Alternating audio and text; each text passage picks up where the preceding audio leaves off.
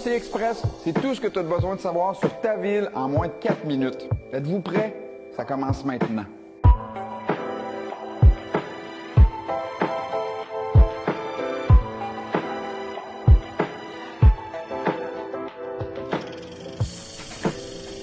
Le défi Pissenlit, c'est une initiative québécoise inspirée du mouvement britannique No Mo Me.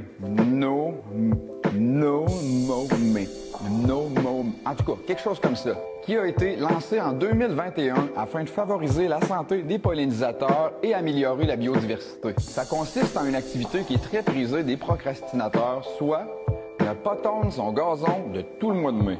C'est qu'en mai, il y a peu de variétés de fleurs disponibles pour les pollinisateurs, puis en tondant pas notre gazon, on leur permet d'utiliser nos pissenlits pour se nourrir. Pour nous autres, c'est de la mauvaise herbe, mais les abeilles, ils capotent. Donc, en mai, jugez pas mon gazon, je ne procrastine pas, je favorise la biodiversité.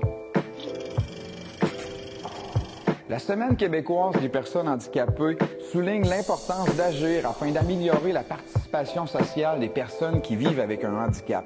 C'est une semaine qui met en lumière les bons coups réalisés, mais aussi les obstacles qui sont encore présents. On y apprend que 21% des 15 ans et plus vivraient avec une incapacité. C'est vraiment beaucoup de monde. C'est pas toujours apparent. Même moi, qui vois pas de l'œil gauche, je fais partie de ce pourcentage.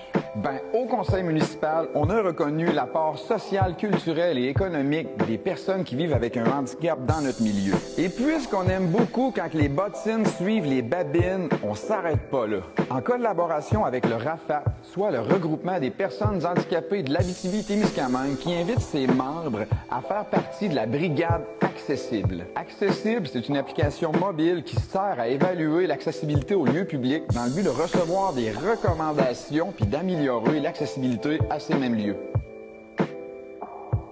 On part du principe que les utilisateurs sont les mieux placés pour juger de nos installations. Pour ceux et celles qui auraient manqué l'annonce, notre nouveau balado sur la vie municipale sera disponible dans les prochains jours. La SAR, pas la salle, c'est un regard unique sur ce qui se passe dans les coulisses d'une municipalité. On prend le temps d'explorer en profondeur les sujets et de les vulgariser pour mieux les comprendre. Tu te demandes pourquoi on a appelé ça de même? Écoute ça. Pour quelle ville? La SAR. Vous avez bien dit la salle? Non.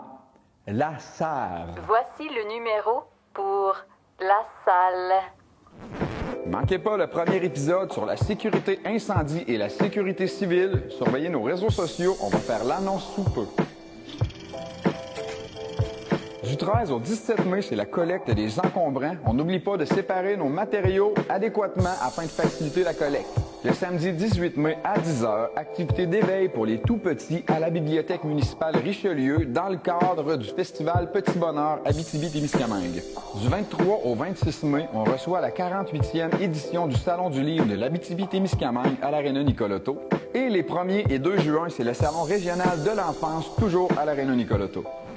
C'est tout pour le Conseil Express. Si toi aussi t'es fier des réalisations de ta ville, je t'invite à aimer, à commenter et à partager cet épisode.